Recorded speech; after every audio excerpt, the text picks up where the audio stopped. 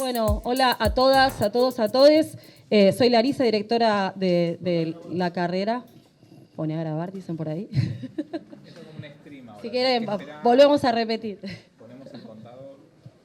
Igual nada, tampoco es tan importante este saludito inicial. Sí, darles la bienvenida. En primer lugar, agradecerle al profesor Damián Loretti, al profesor Diego de Charras, porque bueno, estamos haciendo uso de este tiempo del teórico de Derecho a la Información para hacer el panel de apertura de esto que hemos llamado Semana de Graduades, que no sé, quizás algunos están cursando este año por primera vez la carrera, así que me tomo un ratito para contarles de qué se trata, muy chiquito.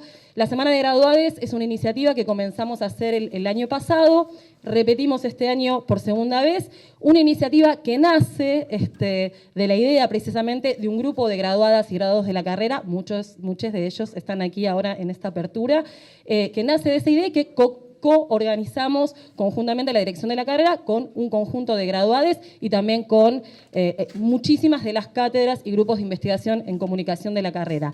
Y que de alguna manera tiene como propósito hacer un pequeño paréntesis en la cursada, no desligarlo del todo de los contenidos curriculares, pero sí hacer un pequeño paréntesis para generar encuentros precisamente entre estudiantes y graduades y desde ahí trazar algunos puentes, algunas redes e imaginar, digamos, para que nuestros estudiantes puedan imaginar posibles horizontes laborales, profesionales, académicos y para que los graduados puedan dar también o encontrarse a dar las discusiones que hoy están atravesando precisamente los diversos ámbitos profesionales. Quisimos inaugurar esta Semana de Graduados con este panel de apertura que se llama La comunicación como territorio político, porque de alguna manera la relación entre comunicación y política es constitutiva del nacimiento de nuestra carrera. Uno podría pensar que en lo político, en la política, el vínculo comunicacional o la comunicación es constitutivo del vínculo político y al mismo tiempo nos interesa precisamente politizar o volver a politizar, digamos, nuestro ejercicio como comunicadoras, comunicadores o el ejercicio de la comunicación. Por lo tanto, decidimos invitar a un conjunto de graduadas y graduados que de diferentes experiencias profesionales, van a ver que tienen inserciones profesionales o digamos, ámbitos de laburo, de reflexión de pensamiento bien diferentes, quisimos precisamente invitarles para, bueno, que pudieran compartir cómo están viendo desde sus experiencias laborales, profesionales o académicas esta relación, este vínculo y volver a subrayarlo o a darle centralidad en nuestra carrera y yo les diría, más que nunca hoy, en el tiempo histórico que nos toca vivir. Así que bueno, le voy a dar la palabra ahora a Dolores Guichandú, secretaria académica de la carrera, que va a estar coordinando junto con Julio Alonso, docente de la carrera y coordinador de ANCOM, este panel de apertura, y que van a dar los agradecimientos correspondientes, presentar a nuestros panelistas y demás. Así que bueno, bienvenidas, bienvenidos. Ojalá que disfruten no solo este panel, sino también toda esta semana de intensas actividades. Muchas gracias. Bueno, bienvenidos, bienvenidas a todos y a todas. Para sumar algunas cositas que dijo Lari, es el primer panel de la Semana de Graduades, con lo cual todos los agradecimientos aparecen también en esta instancia. Tengan ahí un poquito de paciencia, pero no queríamos dejar de mencionar, como dijo Lari, el agradecimiento a todo el equipo de graduades que pensó esta iniciativa, que se la puso al hombro, pero fundamentalmente a un grupito muy, muy activo y vale la pena nombrarlas. Ellos son Julio Alonso, Maya Alvarado, Axel Cherem, Victoria Sibeira, Ro Robner, Emilia Silva, Mariel Telechea, Juan Lojo y Santiago Ramallo, compañeros que le pusieron cabeza y corazón a esta iniciativa y hoy digamos, en estos días es muy importante poder contar con esas cabezas y esos cuerpos pensando y aportando a la carrera. Y por supuesto, sepan que también hay un espacio para ustedes cuando se gradúen, para encontrarse, para pensar las trayectorias profesionales, para pensar también las trayectorias estudiantiles y que no se termina cuando recibimos el título. Se puede seguir aportando desde el estado de graduade, ¿sí? Eso por un lado. Por el otro, brevemente una cuestión del panel, sumando a lo que decía Lari. Nosotros pensamos este panel con la idea de la comunicación como territorio político, la incidencia de la comunicación en la agenda política y las principales disputas del campo en la coyuntura contemporánea. Y ahí, hablando con el equipo de la carrera, también con Sebastián Ackerman, coordinador técnico de la carrera, decíamos, bueno, ¿qué preguntas podemos sugerir como disparadoras? Que sean disparadoras, pero que pueden hablar también los panelistas de otras cosas, si así lo desean. Pero nos interesaba trabajar sobre de qué modo, digamos, o sobre el modo en que se politiza o politizan ustedes la comunicación desde cada lugar donde se desempeñan. Cuando hablamos de territorio, nos referimos también al campo de trabajo, al espacio donde ustedes se desempeñan profesionalmente. Y también, ¿cuál es el objeto que ustedes identifican que está en disputa en ese territorio, en ese espacio, ¿no? Digo, la política es conflicto, la política es conflicto de intereses y disputa, y bienvenidos si podemos poner eso sobre la mesa y politizar también esta charla con diversas opiniones y miradas. Esas son las preguntas disparadoras. Quiero darle ahora la palabra a Julito, que los va a presentar y que se eche a rodar la palabra y las discusiones. Muchas gracias. Gracias, Dolo. Vamos a arrancar. Sabemos, los tiempos son tiranos y lo que vamos a hacer es presentar a todo el panel de izquierda a derecha para que sepan quiénes son y después les daremos la palabra para que ellos puedan explayarse con tranquilidad. La primera persona que está sentada a la izquierda, levante la mano, Jair Cibel. Muy bien, perfecto. Es licenciado, por las dos, son todos graduados de la carrera. Él es periodista, actualmente en El Grito del Sur y AM530. Antes estuvo en Telesur, AM750 y Hispan TV. Es investigador de la CELAC, es docente de Compol UBA y fundador de la red de medios digitales y autonomía militante. Cerramos con eso, ¿no? Perfecto, Jair, muchas gracias. A su lado está Flavia Costa. Flavia, muy bien, muchas gracias. Profesora, además de graduada, profesora de la carrera de comunicación aquí, investigadora con ISET, es doctora en Ciencias Sociales por la Universidad de Buenos Aires, se desempeña como profesora asociada del Seminario de Informática y Sociedad de la Facultad de Ciencias Sociales también, titular del Seminario de Doctorado de Estética Biopolítica, Estado de Excepción, una lectura de Giorgio Agamben en esa misma facultad, y del Seminario de Teorías de la Cultura y el Poder, Michel Foucault, en la Escuela Interdisciplinaria de Altos Estudios Sociales del UNSAM. Integra el colectivo Ludión, exploratorio latinoamericano de poéticas, políticas tecnológicas, y fue una de las fundadoras de la revista Artefacto. Pensamiento sobre la técnica. Es autora de la novela Las anfibias, de Editorial Adrián Hidalgo, 2008, y de numerosas publicaciones sobre tecnología, cultura y sociedad. Su último libro se titula Tecnoceno, algoritmos, biohackers y nuevas formas de vida, Taurus, 2021. Estoy como en los legales, vengo bien y sin errar, así que muchas gracias, Flavia, bienvenida también. A su izquierda, Melisa Molina. Melisa, muchas gracias. Egresada de la carrera también, periodista de la sección política de Página 12, acreditada en Casa Rosada. También hace la corresponsabilidad desde Casa de Gobierno para la radio AM750. Es ayudante de segunda en el Seminario de Diseño Gráfico y Publicidad Cátedra Santos, miembro del área de Imagen y Política, y fue ayudante del Seminario Optativo de la carrera de Comunicación de la UBA, Desafíos y Obstáculos de las Democracias en América Latina, a cargo de Ernesto Givelban. Se desempeña como redactora y editora del área de fotografía en la revista digital Ficciones, que fundó en 2021 junto a compañeras de la carrera de Comunicación. Bienvenida, Melisa. A su izquierda, Martín Romeo. Martín. Muy bien, muchas gracias. También licenciado, director de Solo Comunicación, agencia especializada en investigación en opinión pública y comunicación, que ha trabajado para diferentes ámbitos de toma de decisión. Sector público en los distintos poderes del Estado, en todos sus niveles, sector privado y organizaciones no gubernamentales. Docente de grado de la materia Técnicas de Investigación en Opinión Pública y Mercado, aquí en FESO Cuba, y también es docente de la Universidad de Hurlingham. Docente de la Diplomatura de Comunicación Política, COMPOL, y del posgrado Programa de Actualización en Opinión Pública, también en esta casa de estudios. Bienvenido, Martín, muchas gracias.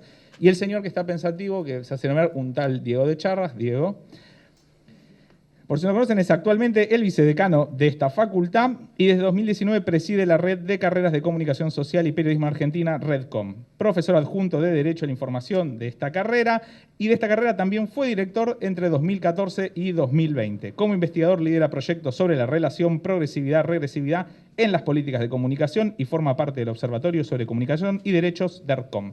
Muchas gracias, Diego. Bienvenidos todos y todas, todes, y vamos a comenzar con Jair. Si llega. No llega. Vení, hace algo. Vení conmigo. Vamos a hacer con el juego de las sillas. Te vas a sentar en mi lugar y yo me voy a sentar lo de Flavia. Voy a hacer de vos. Bueno, hola, ¿cómo andan? No tengo la dicción de Julito, pero intentaré hacerlo. ¿Cómo están? En principio, muchas gracias a la carrera de comunicación de la UBA, a Larisa, a Dolores, a Diego, a Seba, de alguien me voy a olvidar seguro.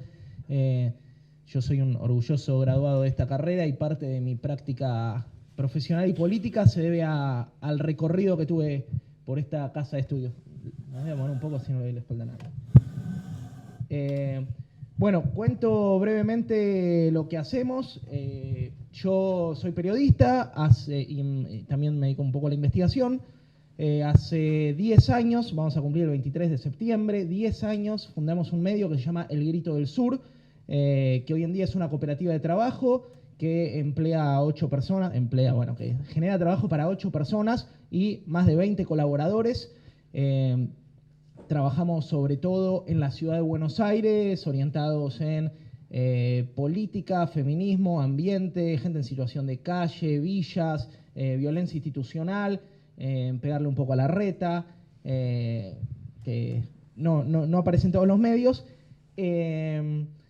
Y desde hace un tiempo, movido por la pregunta de acá, venimos impulsando la articulación del sector de los medios populares de comunicación.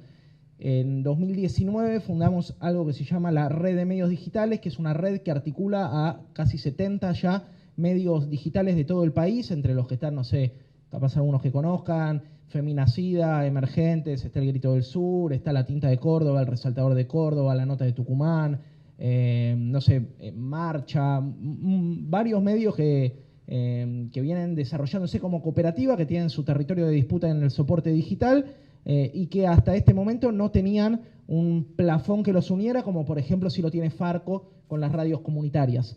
¿Y por qué nos unimos? Nos unimos principalmente para dar una disputa política, que tiene que ver con reconocer que somos trabajadores, que si bien nuestra práctica está atravesada por la militancia, porque elegimos hacer esto y no ponernos bajo la égida de un patrón en otro lado, el Estado no nos reconoce como tal, ¿no? Entonces la discusión tiene que ver con que somos espacios, que somos generadores de empleo y que tenemos reivindicaciones políticas muy claras.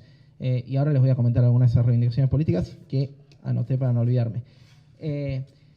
Un poco la idea de la red de medios digitales partía del diagnóstico que después de la ley de medios no tuvimos casi ninguna ofensiva política en el plano de la comunicación, ¿no es cierto? De hecho, actualmente, si uno se pone a ver qué discuten los espacios de comunicación en el país, tristemente tenemos una agenda bastante defensiva, que es la agenda de no nos quiten las asignaciones, que es lo que se está discutiendo en el Senado, no judicialicen el 690, que era el decreto que declaraba Internet como servicio.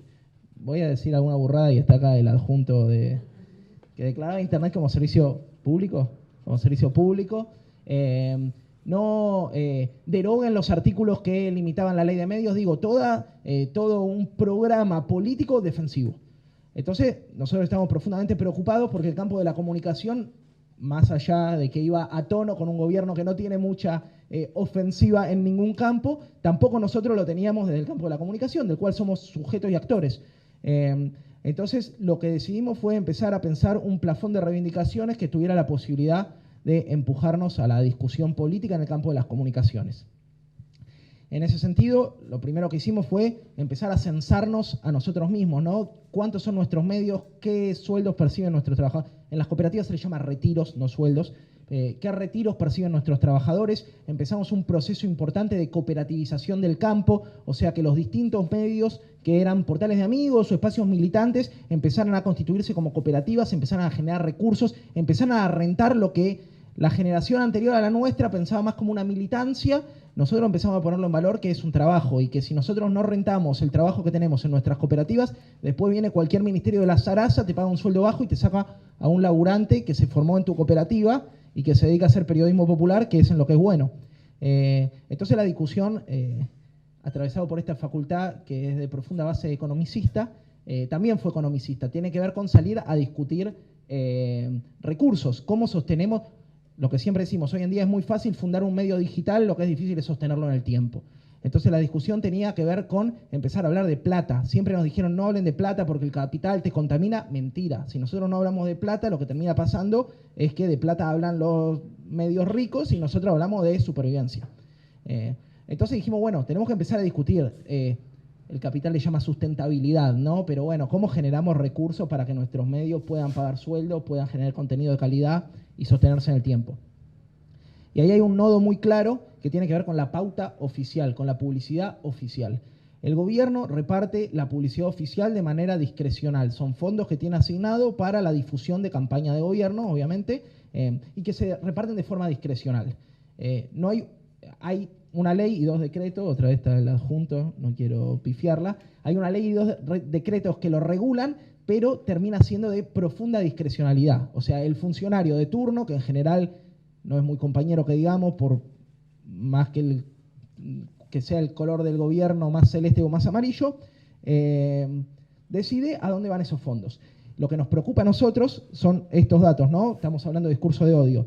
La Nación Más, que es el canal al cual abona Mauricio Macri efectivamente de su bolsillo, recibió en 8 meses 91 millones de pesos del Estado. Clarín, solamente el gráfico de Clarín recibió 68 millones de pesos. Radio Berlín, que es una radio de Luis Majul que replica música y que no le escucha a nadie, recibió 12 millones de pesos en 8 meses, 1,5 millones de pesos por mes. Los medios populares que generamos laburo, que somos cooperativas, que disputamos agendas, recibimos 40.000 pesos por mes. 40.000, 1,5 millones se lleva Radio Berlín. Nuestros medios, 40.000. Y vienen los funcionarios y nos dicen, bueno, chicos, pero ustedes tienen que tener un programa más amplio y no hablar solo de plata. Nosotros le decimos, muchachos, ya estamos grandes. Si no hablamos de plata, no vamos a sostener nuestros emprendimientos. Pero igualmente, no hablamos solo de plata. Ahora le voy a contar todo el resto, pero sí vamos a hacer énfasis en lo económico. Nosotros tenemos presentado acompañamos uno de los proyectos que está en discusión sobre, con algunas modificaciones, democratización y federalización de la pauta, porque la pauta termina siendo la expresión de las voluntades políticas en materia de comunicación de un gobierno. O sea, este gobierno está contento con que se siga financiando Infobae, o por lo menos no lo problematiza, ¿no? Un gobierno al que yo voté y creo que todavía puede rectificar el rumbo, aclaro desde dónde hablo. Sigue financiando Infobae, sigue financiando a La Nación Más, sigue financiando a Clarín, sigue financiando esta radio fantasma de Luis Majul. Y después, tenemos presentado ese proyecto de democratización, me dicen si me paso de tiempo, de democratización y federalización de la pauta,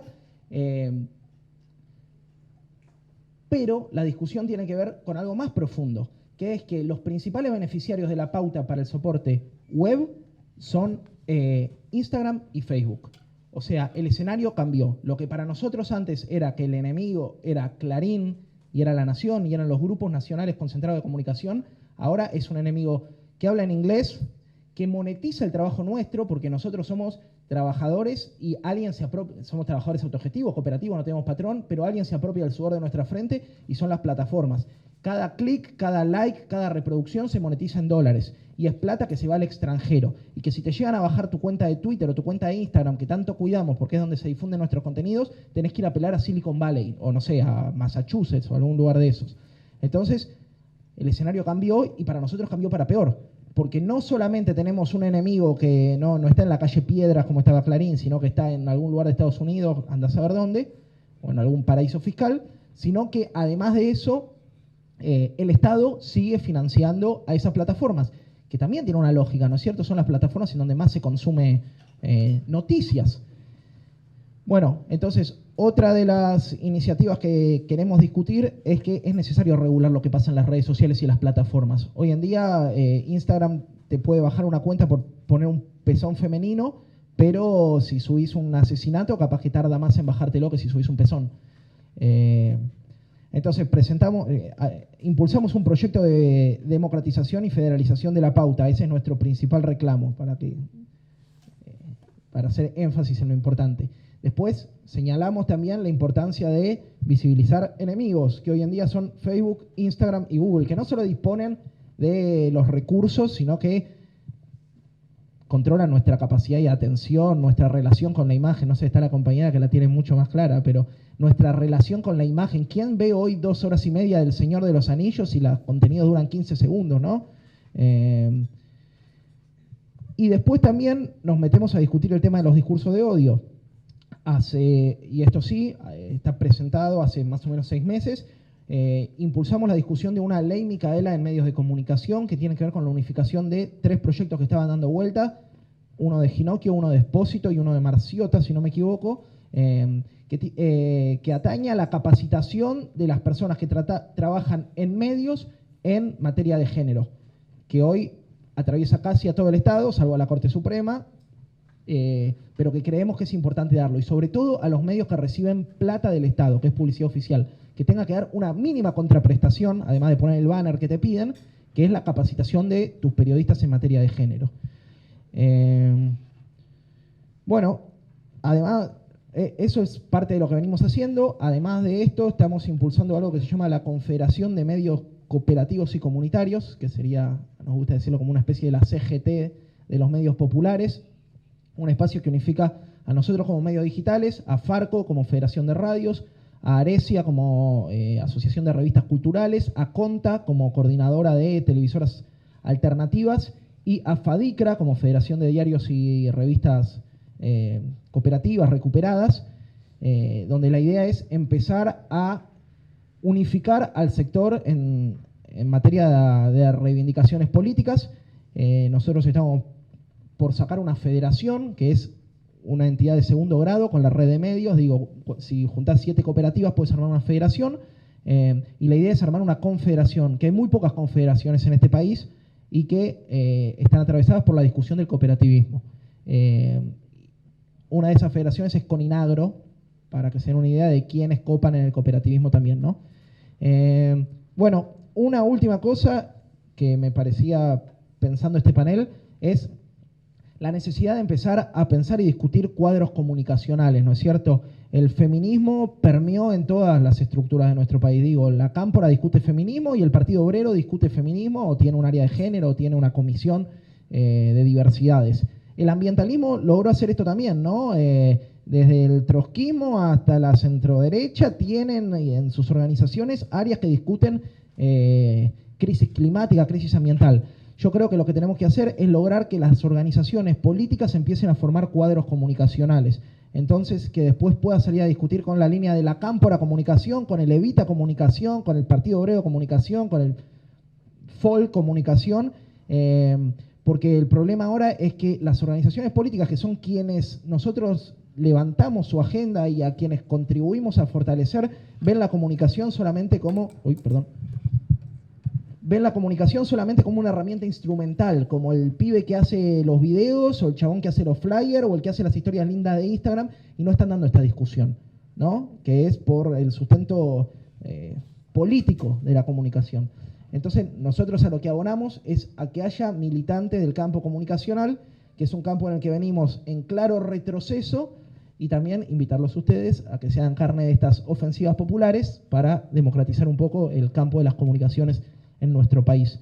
Y también, como cierre, que sepan que si quieren dedicarse al periodismo popular, es posible sostener emprendimientos, la salida siempre va a ser colectiva, pero se puede vivir de esto, no se van a hacer ricos, pero tampoco van a pasar hambre, pero eso, se puede vivir de esto, se puede pensar en proyectos colectivos, se pueden financiar en el tiempo, y es necesario que los hagamos, de hecho. Eso, gracias.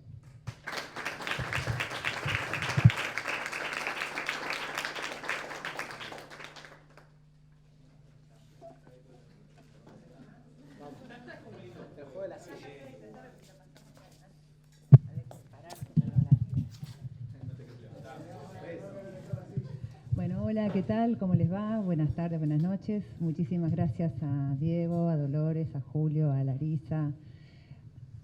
Allá también a titular, porque le dicen acá al adjunto, pero allá está el titular. Muchísimas gracias por estar acá, por escucharnos. Yo les decía recién a los chicos, yo soy parte del inventario, como algunos de los que están acá, así que ya no sé si hace falta que me presente, pero en todo caso... hace muchos más años que estoy acá dentro de estas aulas que no estuve, y eso me da muchísima alegría. Algo de lo que publicaba comunicando que vamos a estar acá y agradeciendo la invitación al mismo tiempo, es que casi todo lo que hice empezó acá, digamos, en mi vida, ¿no? Todo tiene algo que ver con esto, y desde donde no me querría ir nunca, espero que así ocurra. Se van a dar cuenta cuando les diga esto. Yo empecé la carrera en el año 1990, o sea, imagínense, ¿no? Entonces, si bien las preguntas son muy específicas, no lograría yo dar una respuesta específica a estas dos preguntas que lanzaba Dolores. Por un lado, recuerdo perfectamente que en el momento en que yo empecé tenía clarísimo, empecé a cursar comunicación, tenía clarísimo que me preocupaban las sociedades, en ese momento se llamaban en vías de mediatización, ahora se llaman mediatizadas, ¿no? Y había empezado a estudiar también historia del arte, era una posibilidad para mí. Probablemente alguien me dijo hace poco que juntaba mis dos amores, ¿no? El pasado y el futuro, ¿no? Me quedé con el futuro. Y a lo largo de estos años yo trabajé al menos, fui trabajadora de al menos 3 grandes campos, ¿no? Por un lado el periodismo, que ejercí muchísimos años profesionalmente en distintas empresas, la traducción y la edición de libros, que también empecé bastante tempranamente, aunque es de mi última, digamos, adquisición, pero ya muy lejana igual, y la existencia, digamos, académica, que para mí implica la combinación de lo que hacen las universidades, ¿no? Docencia, investigación y extensión, digamos, ¿no? En distintas asimetrías, digamos, en distinto equilibrio. En cada caso, durante mucho más tiempo fui a docente que investigadora, pero en los últimos años tuve la enorme suerte, en el momento en que el campo de la investigación profesional, sobre todo en nuestro país, eso, además de la Universidad de Buenos Aires, eso pasa por el CONICET, digamos, se volvió más inclusivo. Durante años de políticas de que esa institución fuera más inclusiva, pude yo también entrar, si no, no habría podido entrar, ¿no? Efectivamente. Y somos toda una generación que, creo yo, transformó también el ethos de esa institución. De allí que yo les puedo dar algo de esa combinación, de esa mirada, puedo responder un poco desde ahí. Siempre los de comunicación, y hoy me preguntaba, digo, no debería decir esto con nombre, digamos, con ese nombre propio de ese país, porque es un poco agresivo, pido disculpas de antemano, pero siempre nos definíamos como los representantes de Burkina Faso en la ONU, ¿no? O sea, siempre el que está último, que nadie entiende muy bien qué está haciendo allí, qué quiere decir en ese lugar, ¿no? En un congreso, en una actividad, siempre está como, ¿y este qué agrega? Y hace años que una de nuestras, me parece, luchas, no del todo conseguidas, pero es inscribir el campo de la comunicación dentro del campo de los estudios de las humanidades y las sociales, si quieren, más relevantes del momento, ¿no? La relevancia de la comunicación es enorme. Ustedes saben, algunos de ustedes quizás saben también, que dentro de ese campo yo me especialicé en tecnología y sociedad, en el campo de estudios de tecnología y sociedad, ¿no? En su momento, alguna vez se lo comenté a Diego, esto, cuando nosotros empezamos a estudiar tecnología era un aspecto de la comunicación, ahora es completamente transversal, ¿no? Es decir, todas las disciplinas, en todos los campos de estudio, no solamente en la comunicación, en todas las áreas de la vida, hay un aspecto que está atravesado por la tecnología, ¿no? Pero eso mismo pasó con la comunicación. No digo exactamente igual, ¿no? Son dos atravesamientos distintos, pero también la comunicación ha atravesado muchísimas otras disciplinas, muchísimas otras actividades. Un poco como decía ayer recién, se le exige a veces al egresado de comunicación, al profesor de comunicación, que sea un técnico que hace redes, supongamos, ¿no? Y uno puede hacer muchísimas más cosas, pero también puede hacer eso, digamos, ¿no? Claramente también puede. Ahora bien, cuando siempre les habrán preguntado, ¿no? Ustedes, ¿y qué haces en comunicación? ¿Sos periodismo? ¿No? Todos les han dicho lo mismo.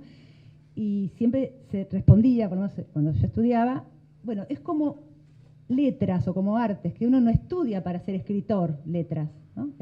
Sin embargo, con el tiempo, también esas carreras han incorporado el área de escritura creativa. Hace unos años ya las carreras ya también enseñan esa dimensión del hacer. No son solo críticos literarios, historia de la literatura o lingüistas, son también escritores. Bueno, del mismo modo, comunicación ya nació con, digamos, no puede cubrir todo la Universidad de Buenos Aires, ¿no? O sea, pero con algunas aperturas a las distintas facetas de la comunicación. También voy a decir algo un poco genérico, y mis colegas investigadores de otros campos me podrían criticar un poco lo que voy a decir acá, pero hay áreas o hay campos de estudio, la comunicación, las artes, las letras, el diseño. Acá ustedes saben, quizás mejor que yo, ¿no? Economía y derecho están ahí un poco cerca, que están asociadas a problemas, a campos problemáticos, ¿no? Que pueden ser atravesados por distintas miradas. Uno puede decir que hay una sociología del arte, una filosofía del arte, una política, un derecho en relación con las letras, ¿no? El derecho de la propiedad intelectual. Lo mismo pasa con la comunicación. Y hay otros campos y otras disciplinas más orientadas a algo así como un método. La sociología, la etnografía, ¿no? La historia. Uno diría, bueno, es un método que después se aplica a objetos. Es un poco general lo que estoy diciendo, ¿no? pero creo que la comunicación todavía no ha logrado instalarse como ese objeto que es, digamos, ¿no? Como ese campo de estudios que efectivamente viene siendo. Y esa es una de las batallas políticas que tenemos que seguir dando, ¿no? También como somos grandes ya parecemos que hablamos siempre un poco desde arriba, ¿no? Como siempre ya estamos. Pero en verdad, si ahí arriba, digamos en mi caso, si en CONICET, si en los institutos de investigación, si en los congresos, no defendemos la relevancia del campo de estudio de la comunicación para lo que nosotros estamos investigando, por ejemplo en este caso la relación entre tecnología y sociedad, llega un momento que analizamos lo que está pasando, por ejemplo, en la economía política de las redes o el problema del sistema DAP, ¿no? Datos, algoritmos, plataformas, y luego los sociólogos son los expertos, los filósofos son los que saben de filosofía de la técnica, ¿no? Los etnógrafos son los que hacen etnografía de la comunicación, y los de comunicación quedamos colgados, no hacemos ninguna de esas cosas, ¿no? Entonces, todavía hoy ese campo tiene que ser, no diría profesionalizado, pero sí sustentado por nosotros, que somos los que estamos, digamos, haciéndolo desde hace mucho más tiempo, pero como un campo genuinamente académico, de investigación, del desarrollo más avanzado, digamos, del conocimiento más avanzado que pueden realizar una sociedad, digamos, que son sus universidades, sus institutos de investigación. Cuesta mucho dar esta batalla, insisto, cuesta mucho. Recién hace pocos años, la gran área de CONICET se llama Sociología, Demografía y Comunicación. Y ese y comunicación es como un agregado, hay 2 o 3 personas, nadie sabe mucho, ¿no? Cuesta muchísimo que haya financiamiento para esos planes de investigación o para esos proyectos. E insisto, entre un sociólogo, un etnógrafo y un comunicólogo o comunicador, siempre los otros son más relevantes, más importantes, más destacados, es más claro lo que hacen. Si podemos apoyar un poco más eso desde nuestro trabajo, sería fantástico, porque también es cierto, y todos lo sabemos, con los colegas con los que trabajamos sabemos, hay una relación ineludible entre, por ejemplo, docencia e investigación. Cuando damos clase, digamos, aprendemos más y somos mejores investigadores cuando no damos clase, ¿no? Sería así, el investigar forma parte de la tarea de dar clase y viceversa, ¿no? Entonces no hay manera de constituirse como investigador si uno no está trabajando también en el dar clase. Luego, concretamente, está el campo de la tecnología, ¿no? La tecnología, comunicación y política, donde ahí también hay batallas específicas que podemos dar desde la comunicación. En parte, otra vez, en relación con la pertinencia, que nosotros como comunicadores hablemos de ese tema, ¿no? La tecnología o si quieren, las tecnologías o hace rato yo vengo diciendo, lo tecnológico, lo técnico es una dimensión analítica propia. Decimos lo social, lo político, lo económico, lo cultural, lo tecnológico, ¿no? Esa base material es una dimensión analítica propia. Necesitamos dar cuenta de esa base material cuando leemos lo que está ocurriendo. Y en la lectura de esa base material, yo les puedo decir, no es necesariamente que deba ser así, pero lo que ocurre es que los que más trabajan y mejores desarrollos tienen en relación a las teorías de esas sociedades mediatizadas son los que vienen de los estudios en comunicación o de los estudios de medios, ¿no? En el mundo entero me refiero, ¿no? O los estudios de sociedades mediatizadas, más que los sociólogos o los filósofos. Y doy casos quizás concretos, nombres propios. Jussi Parikka, ¿no? El finlandés, que trabaja en teoría de los medios, digamos, la materialidad, ¿no? Y trae a cuento la minería y el litio para explicar lo que está ocurriendo en el nivel de las significaciones. Ustedes los más grandes lo saben, eso lo hacía Christian Ferrer, digamos, hace 30 años acá, digamos. Es el tipo de pregunta que nos empezamos a hacer en estas clases, ¿no? En estas aulas. Inscribir dentro del fenómeno comunicacional esa base material, que es ese aspecto, esa dimensión estructural, dar cuenta de ella, es un trabajo vastísimo, no alcanza con un equipo de investigación, ¿no? Pero al mismo tiempo es lo que permite amplificar enormemente la conversación pública acerca de los fenómenos de los que estamos hablando, ¿no? Hacer más comprensible cuál es la dimensión de los fenómenos a los cuales nos estamos enfrentando cuando hablamos de las GAFAM, como decía recién Yair, por ejemplo, ¿no? Ese fenómeno de concentración vertical que están atravesando ahora todas las empresas de Internet, ¿no? No todas, algunas, donde las empresas de la capa más alta, ¿no? La de las redes sociales, el comercio electrónico, como Amazon, por ejemplo, ya ahora es dueña de 40% de la infraestructura de nube, ¿no? O cuando Google tiene 16 de los 400 y pico cables submarinos, ¿no? Entonces, esa concentración vertical es un fenómeno propio de nuestra investigación. Y luego 2 o 3 cositas más que había notado y dejo la palabra, pues si no estoy hablando mucho, pero me parecía importante como 4 campos de la política en relación con nuestro campo de la comunicación, ¿no? Una es esta que decíamos recién, la política de la afirmación profesional, de las incumbencias. ¿Qué hacemos los comunicadores, ¿no? ¿Cuáles son todas nuestras áreas de incumbencia y defenderla? Por supuesto, cada uno desde su lugar de trabajo y desde su interés, ¿no? Me parece que también es valioso el deseo, el interés, la erótica, que uno lo lleva a hacer lo que hace, digamos, uno va a defender ahí. Pero tomar conciencia de cuáles son esas habilidades profesionales que tenemos los graduados de comunicación en el campo en el que estamos trabajando, ¿no? Y eso me lleva a la segunda cuestión, que es también la política de la relevancia. Nosotros trabajamos con una materia que es la más extendida, con el lenguaje, digamos, ¿no? O sea, no hay nada más común, todos podemos comunicar, efectivamente, la verdad que es algo totalmente transversal. ¿Por qué diríamos profesionalizar eso, no? Pero es cierto también que la relevancia de nuestra tarea va a estar dada por ejemplo, en el caso que escuchábamos recién, por el tipo de luchas que nos propongamos llevar adelante, ¿no? Pero en otro campo también, en otro caso también tiene que ver con una cierta exigencia y una cierta puesta en común, ¿no? A veces hablamos de buenas prácticas en algunos casos, a veces hablamos de etos, ¿no? Un etos práctico de los que hacemos comunicación, ya en el sentido, si quieren, de la práctica profesional cotidiana, en el que nos ha costado muchísimo ponernos de acuerdo, ¿no? Por supuesto, desde arriba, con mucha presión para que no haya ningún acuerdo, digamos, para que nadie ponga ningún límite, como si la comunicación fuera un campo en el que poner algún tipo de limitación o encuadramiento fuera una amenaza a la libertad de expresión, cuando lo que vemos hoy, después de 25 o 30 años de esa discusión que se tenía en las redacciones cuando yo era periodista, vemos que en verdad el problema no ha sido ese, no es que hay problema con la libertad de expresión, hay un problema en que nuestra profesión en parte se parece muchísimo a un blog, digamos, ¿no? Medio que cualquiera puede decir lo mismo que estaríamos diciendo. Y después 2 cosas más, sí, gracias. ¿Cómo construimos la relevancia de nuestra tarea? Eso quiero decir. Y eso se construye en el material, en lo que hacemos, digamos, en el cuidado del material. ¿Cómo sale ese material? Es muy difícil esto que digo porque pareciera que casi ya no hay agentes concretos que estén a cargo de esto. Si quieren después digo algo más sobre eso. Acabo de venir un caso, hasta un ejemplo exactamente de eso. Y luego, 2 cosas. En la teoría de la comunicación, la politización de la teoría de la comunicación es la práctica crítica. O sea, mirar la comunicación de una manera crítica. Estar todo el tiempo preguntando qué líneas de fuerzas atraviesan eso que estamos mirando, ¿no? ¿Qué atravesamientos tiene? Digamos, me parece que el gesto analítico, ¿qué es? ¿Cómo funciona, ¿no? Y el gesto crítico, ¿qué líneas de poder atraviesan lo que estamos mirando? O sea, esas 2 preguntas son ineludibles.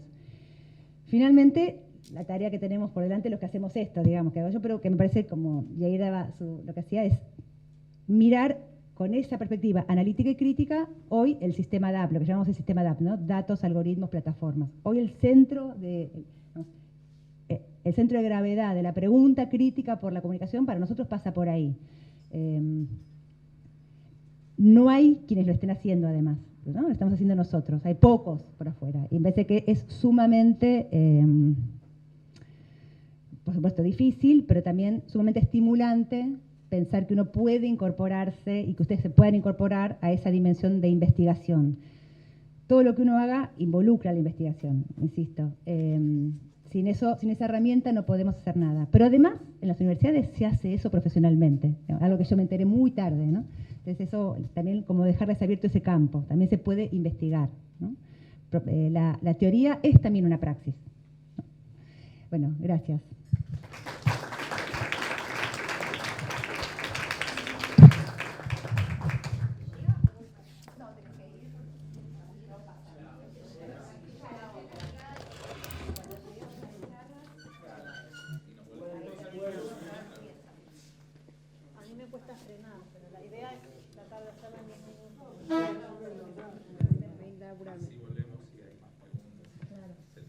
Bueno, hola, mi nombre es Melissa, ya me presentaron, así que creo que no hace falta. Armé un textito, la verdad que primero que nada quiero agradecer la invitación a Lari y a todos acá en la carrera, es un honor formar parte de este panel para mí, así que eso primero que nada. Y después pensé, cuando pensaba qué podía decir o qué podía aportar, se me ocurrió que podía hablar desde cuestionamientos, no sé si cuestionamientos, interrogantes y cuestiones o preguntas que me surgen desde mi práctica profesional como periodista que soy. Trabajo en Página 12 hace un par de años. Así que bueno, mi idea es venir a plantear una serie de interrogantes y por eso dividí mi exposición en 3 partes. Voy a ir leyendo un poco porque me pongo un poco nerviosa, así que espero que me sepan entender. En primer lugar, quería plantear el modo en que el periodismo está cada vez más condicionado por las lógicas, un poco de lo que venían hablando, ¿no? Quienes me antecedieron en la palabra. Condicionado por las lógicas de las nuevas tecnologías como Internet y las plataformas con Google a la cabeza. Y bueno, esto que se repite mucho en los últimos tiempos, digamos, de esta predominancia y que suena bastante abstracto, tiene consecuencias que los periodistas palpamos o que nos suceden a diario y en la práctica, y bueno, obviamente efectos no solo sobre nosotros, lo que escribimos las noticias, sino también sobre los lectores y sobre la sociedad en su conjunto. En segundo punto, quería hablar un poco sobre el modo en que la profesión periodística, producto de esta dinámica que hablo en el primer punto, está mutando hacia una práctica para mí cada vez más individualista y reflexiva en un proceso de neoliberalización del oficio. Y en tercer lugar y último, me gustaría pensar con ustedes algunos puntos de fuga de esta lógica que obviamente están relacionados con elementos que la propia carrera propone como salidas de trabajo colectivo, un poco también lo que decía Yair al principio. En este primer punto había puesto esto de que la mayoría de las empresas periodísticas están actualmente pendientes de tener un buen posicionamiento en el buscador de Google, esto digamos lo del posicionamiento SEO, que muchas veces se nos capacita a los periodistas como para aprender estas lógicas que son, no sé, los títulos simples, ¿no? Palabras clave o... no sé, digamos, como que van modificando las formas en las que hacemos periodismo para que funcione y tener más clics y que capaz es algo que ya saben todos, pero bueno, a mí por lo menos en la diaria me llama la atención cómo hay que ir modificando esas formas de hacer periodismo para tener más clics y aparecer más arriba en Google. Y a la vez la pregunta que me hago es, bueno, ¿qué pasa con eso? ¿Qué se genera? ¿A qué sujeto se apela? Pensando en eso, por ejemplo, no sé, que las notas tienen que tener subrayados o tienen que leerse rápido porque la gente no lee, como supuestos sobre nuestros lectores, que no sé si son así, pero mi pregunta es esa, digamos, ¿por qué apelamos así a quien nos lee? Muchas veces, por ejemplo, en los portales o en los diarios aparecen las noticias, digamos, títulos que son justamente esto, ¿no? Para hacer clic y que después uno entra a la noticia y nada que ver con lo que decía el título, o mismo en diarios, no sé, por ejemplo en Página 12, que uno ve la edición en papel y ve la edición en la web o en las redes sociales y de pronto hay un montón de notas que uno dice, ¿qué tiene que ver esto con la línea editorial? Por ejemplo, no sé, las mejores fotos de los pandas o la mujer que se autopercibe caballo, y uno dice, ¿por qué aparece esto acá y no aparece? Bueno, y es también por esto, ¿no? Por el clic, porque después las notas que tienen más clics, o los diarios, los portales que tienen más clics, de pronto tienen más pauta o tienen más publicidad. Por ahí es algo lógico, obvio, que todos saben, pero bueno, nada, a mí no me deja de llamar la atención. ¿Y a dónde vamos a ir a parar si lo que importa es eso, no? Bueno, lo de los títulos que les decía también me surgía también ese cuestionamiento. Por ejemplo, Página 12, la mayoría una de las cosas que lo caracteriza son los títulos metafóricos.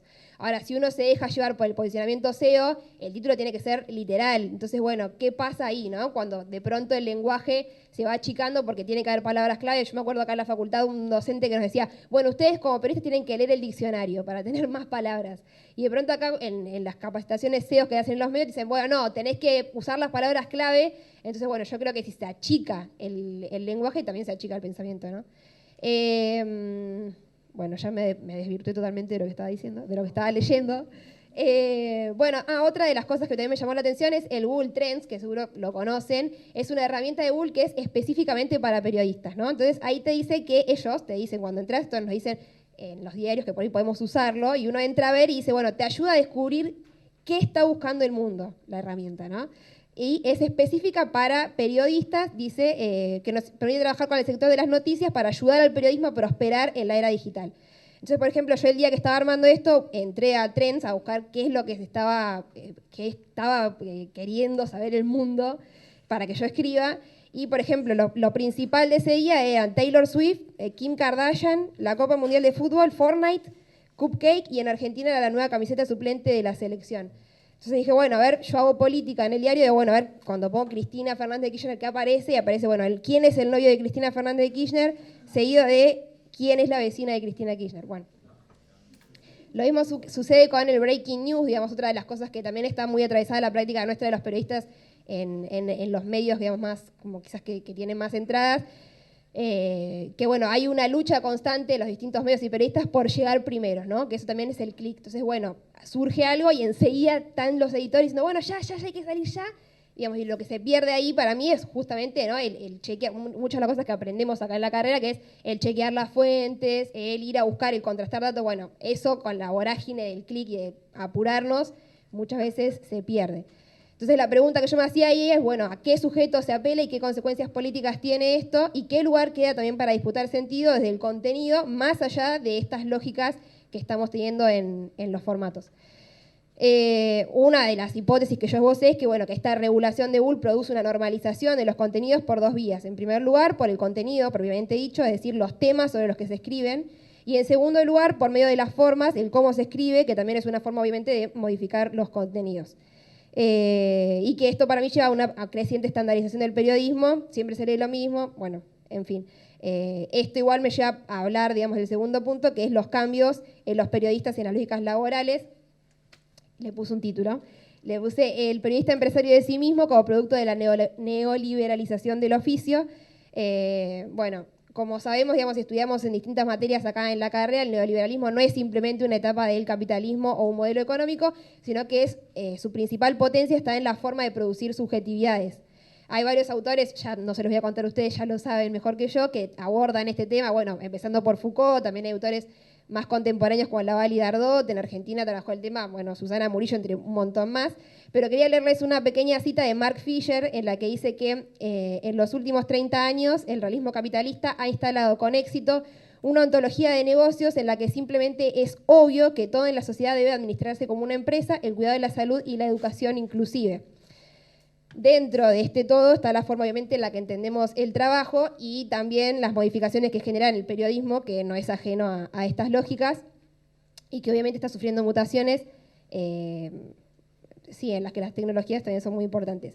Lo que ocurre entonces es que la narrativa neoliberal y la dinámica de las nuevas tecnologías transformaron y transforman el modo de trabajar del periodista. En primer lugar, como habrán visto, digamos, en las redes sociales, el trabajo está cada vez más individualizado y cada periodista pareciera ser una marca en sí misma, digamos. Más allá del medio para el que uno trabaje, de pronto, bueno, uno ve que en las redes sociales, digamos, como que hay periodistas como que el periodismo es selfie, a veces digo yo, como que, bueno, ya es mucho más importante quizás la persona como si fuese una marca que el contenido, por más que siempre la firma, digamos, fue importante y no hay que sacarle mérito a eso. Ahora hay como una cierta exigencia, digamos, de tener fama en las redes sociales, de generar contenido constantemente. Incluso hay muchas empresas que establecen un modelo de premios y castigos en la que la medida es el clic. El otro día hablaba con una colega de un medio también de tirada nacional importante que me decía que estaba re estresada porque las notas de ellas no tenían tantos clics. Entonces tenía que hablar con el editor para ver si le cambiaba el título y que con el título a gancho la gente entre, porque hay premios, digamos, en esta empresa, digamos, suceden todas, ¿no? En el caso de Página no, pero digamos, no está exento de estas lógicas, pero no es tan violento como esto, que si la nota en este portal, en este medio, cuanto más clics tiene la nota, te miden a fin de mes, y si a vos te fue bien con los clics, te dan aumento de salario, por ejemplo, que corresponde a un aguinaldo. O sea, cuando uno ve estas cosas, digamos, en la práctica, decís, es un montón lo que está pasando y no podemos dejarlo de, aunque sea de cuestionarlo o de verlo críticamente, ¿no? Bueno, y por otra parte, también otra cosa que noto es que se le exige al periodista trabajador el ritmo de la máquina, un ritmo frenético de las redes sociales que empuja a los periodistas a publicar cada vez más rápido y a salir antes que la competencia. En esta parte me interesaba citar un fragmento del libro de Flavia, Tecnoceno, que lo hemos trabajado con nuestros compañeros del área de imagen y política, de la que formo parte, que ella dice que una de las consecuencias de la gubernamentalidad algorítmica es la aceleración de los procesos de trabajo y multitasking que se presentan no solo como una cualidad maquínica, sino que también se le exige a los humanos.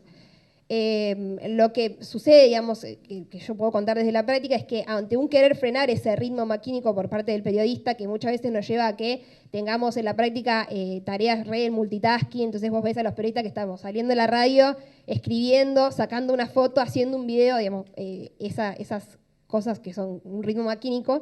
La respuesta de las empresas muchas veces es, esto te sirve a vos porque es tu firma, digamos. Entonces, ese discurso para mí es bien neoliberal porque apunta a una responsabilización del sujeto. Es decir, yo tengo que administrar mi capital y mis posibilidades para mejorar mi rendimiento y por ende mi salario, ¿no? Lo que les contaba hace un ratito. Despegándolo, digamos, de una cuestión histórica o de lucha colectiva, sino todo lo contrario, y que esto, la respuesta, lo que sucede, digamos, en el ámbito periodístico es que está cada vez más precarizado y bueno, esto individualizado. Bueno. Otra de las cosas que había pensado es que el argumento, digamos, que en general se utiliza de los sectores quizás como contrahegemónicos, es que estas herramientas pueden ser utilizadas con distinto fin político, que es el de los sectores conservadores, como si se tratara de tecnologías neutras que no tienen implicancia e implícita cierta idea del trabajo, del sujeto y de la sociedad.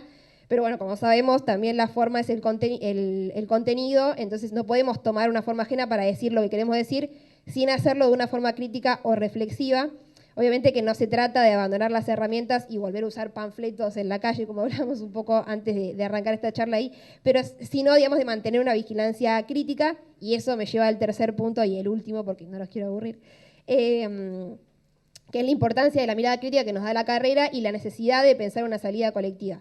En ese sentido, la formación que brinda la carrera es central para mí, porque además de aprender el oficio, estudiamos una serie de autores que cuestionan lo dado, y también el oficio, ¿no? En la carrera hay muchos espacios que son formativos en los cuales se nos enseñan lógicas que hoy en día van a contramano de esto que estoy escribiendo. Uno de esos ejemplos es ANCOM, donde yo hice la práctica de redactora y también de foto, que obviamente los que no conocen ANCOM los invito a conocerlo, a seguirlo y a hacer la práctica si pueden. Yo incluso presenté, cuando entré a Página 12, presenté las notas de ANCOM. Entré a Página como una pasantía, digamos, de la facultad, de la carrera.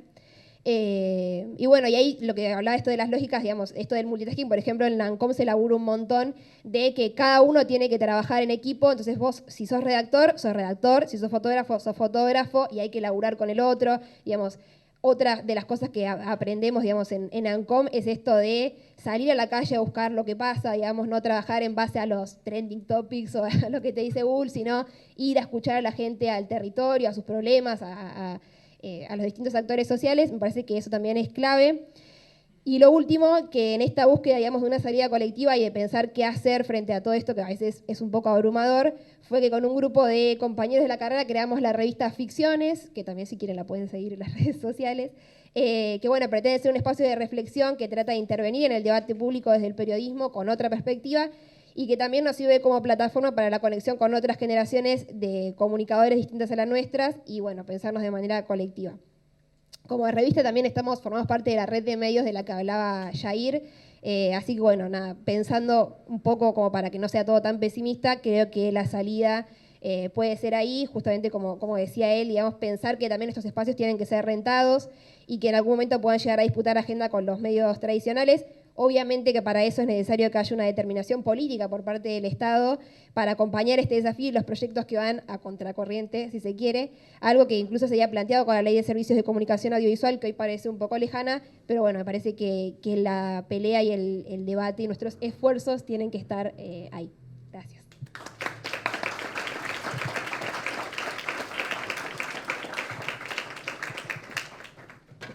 Para quienes no saben, yo sé que hay muchos estudiantes de primer año, ANCOM es la agencia de noticias de la carrera. Pueden encontrar los usuarios en las redes sociales, pueden meterse también en la carrera, en las redes institucionales de la carrera, que ahí tienen el enlace ANCOM, y conocer ahí un poco qué hacen. Y obviamente cuando estén a mitad de la carrera pueden postularse para sumarse a los distintos equipos.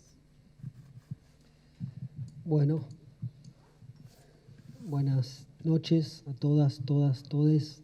Gracias a todos por... No me quiero olvidar ningún nombre por la invitación. Mi nombre es Martín Romeo.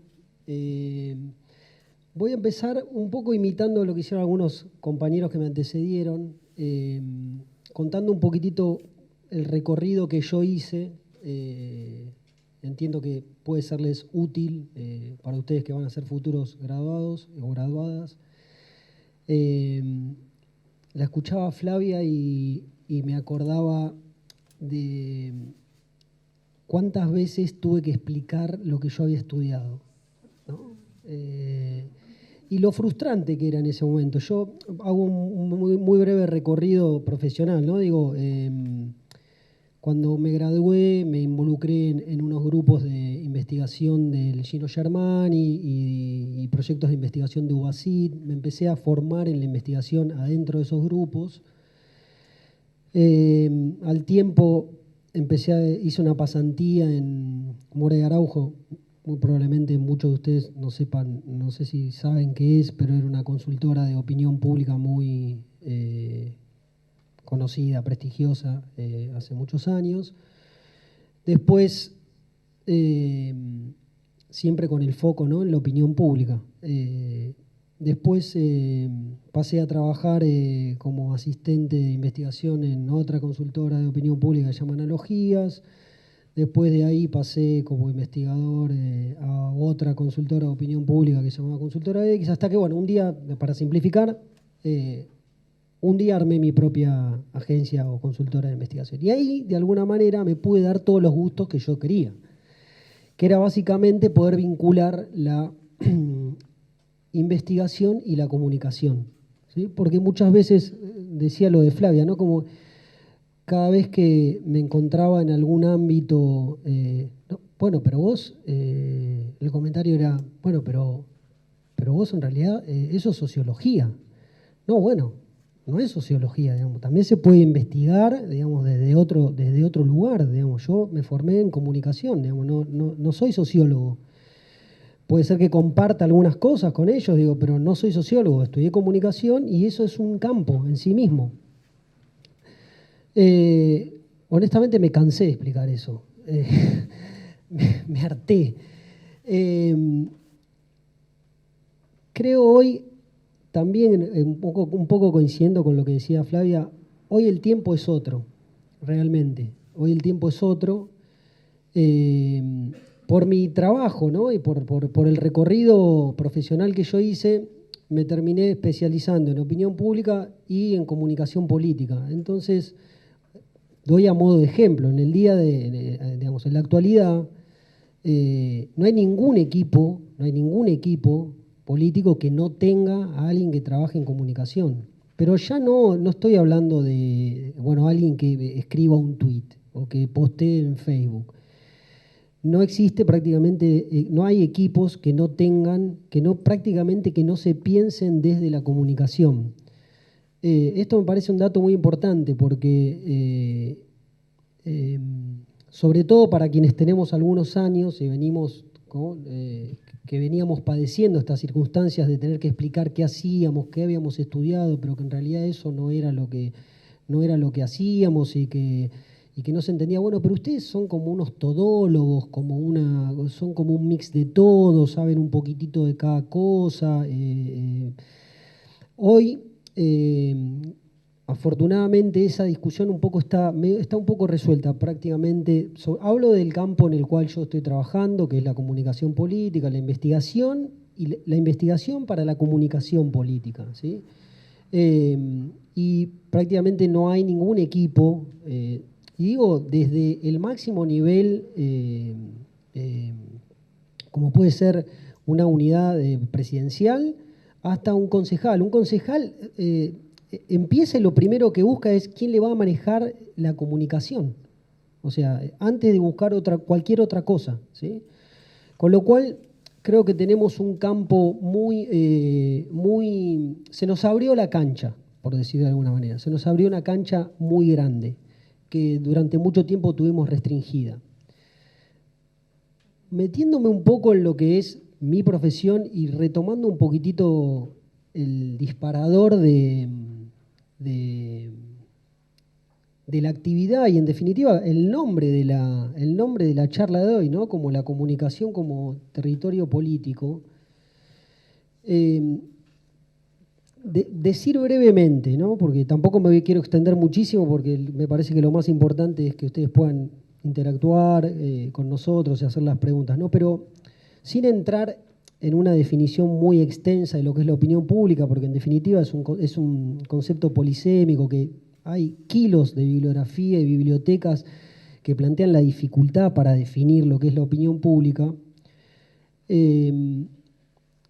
La opinión pública, si se quiere, es un sistema que estructura una relación entre tres actores en base a la confianza, ¿no? que son en definitiva, para quienes vayan a trabajar en este campo, van a tener digamos, que relacionarse con esos actores, que son, por un lado, los ciudadanos, por un lado, los medios de comunicación y, por otro lado, los dirigentes políticos. Y fíjense lo que... voy a tomar un ejemplo de algo para que veamos cómo en el intento de monopolizar y de apropiarse de esa opinión pública hay, en definitiva, una disputa política, ¿sí? Una disputa política, una construcción de sentido social. Voy a dar un ejemplo que está pasando ahora. Todos sabemos que hace 10 días hubo un intento de magnicidio en la Argentina. Es un evento absolutamente lamentable por donde se lo mire. O sea, y no importa qué concepción tengan ustedes del evento. Si creen que fue armado, es lamentable. Si fue una conspiración, es lamentable. Es malísimo por donde se lo mire.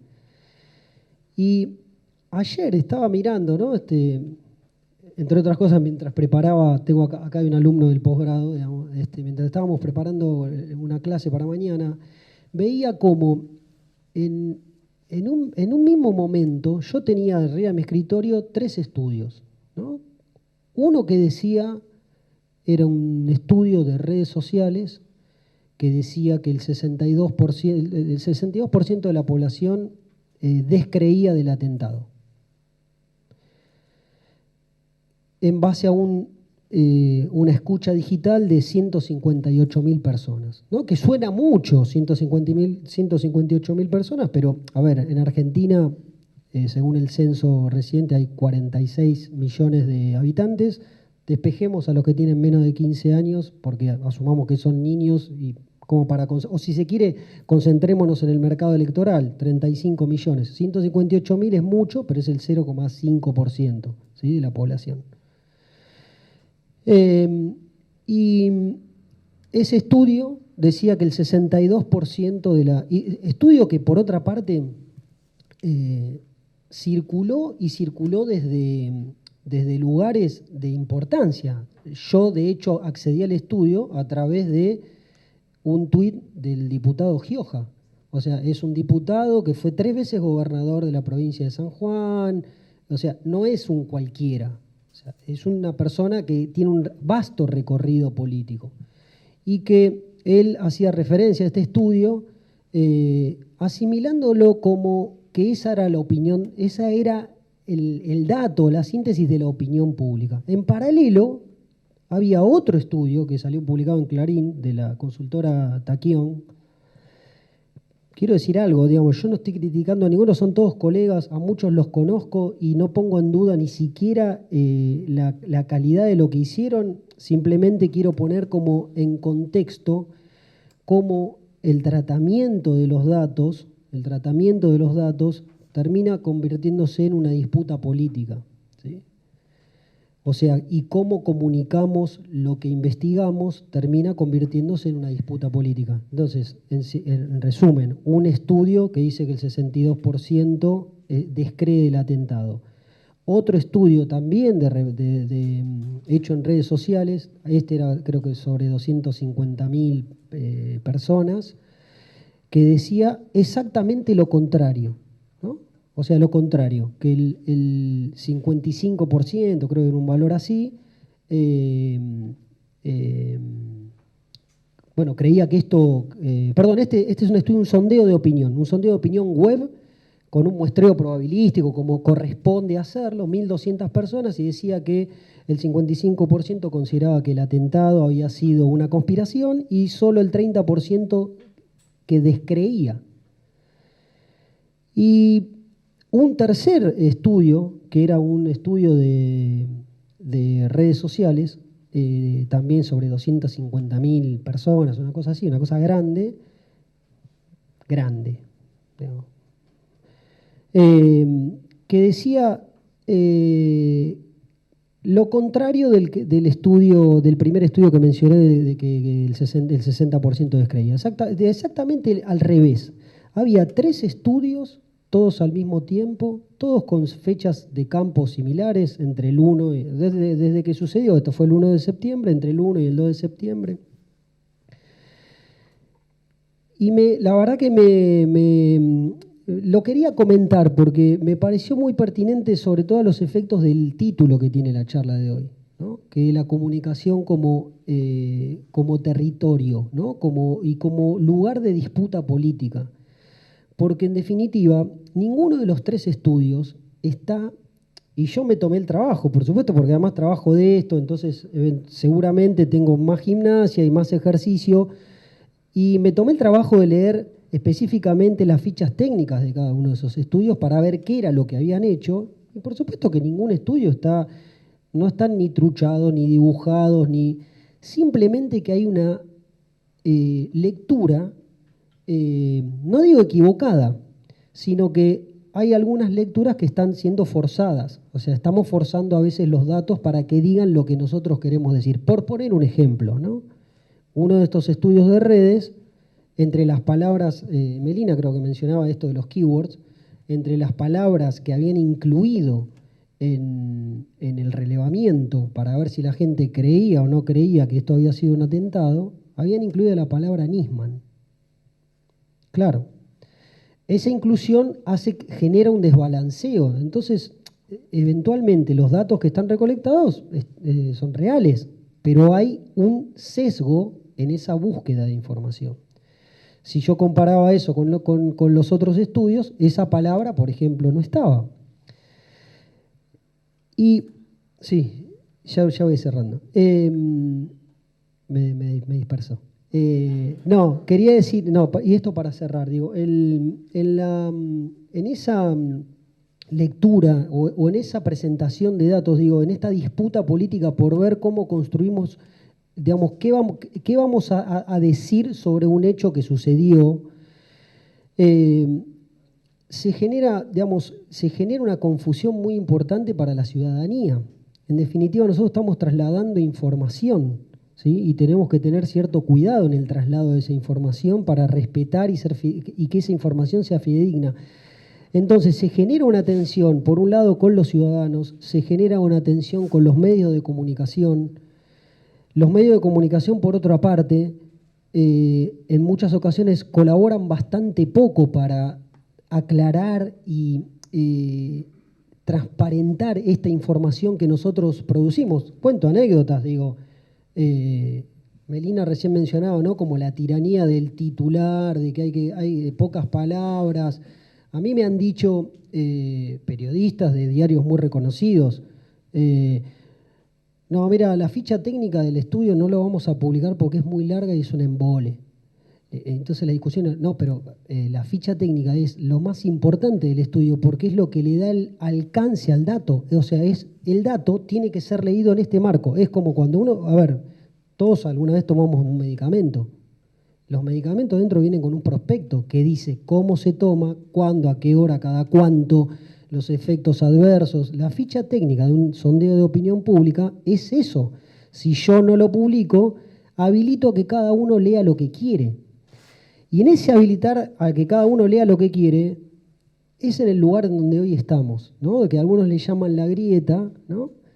Pero que en definitiva es como una cámara de eco donde hay audiencias redundantes, muy pocos vasos comunicantes entre ambos sectores, y cada uno escucha lo que quiere escuchar, y hasta inclusive puede negar hechos, ¿no? Hay gente que dice haber visto a Cristina Kirchner tirar bolsos.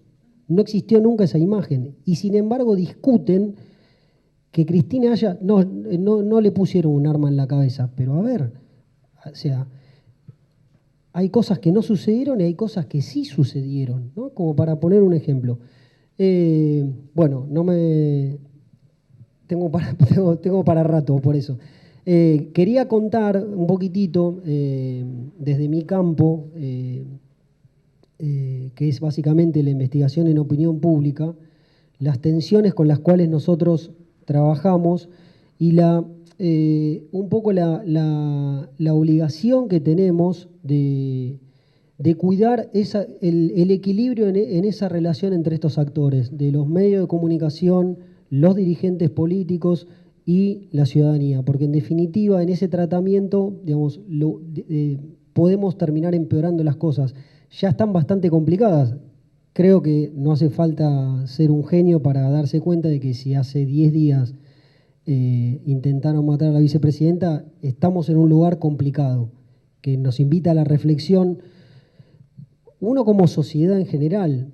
A nosotros en particular, le comentaba a Larisa antes, digamos, ¿no? Como nosotros no estudiamos bioquímica, estamos en la Facultad de Ciencias Sociales, me parece que nos interpela desde todos los lugares, desde preguntarnos políticamente cómo llegamos a esto, sociológicamente cómo llegamos a esto, en términos de comunicación. O sea, hay muchas capas superpuestas en relación a problemas de este tipo que creo que nos interpelan.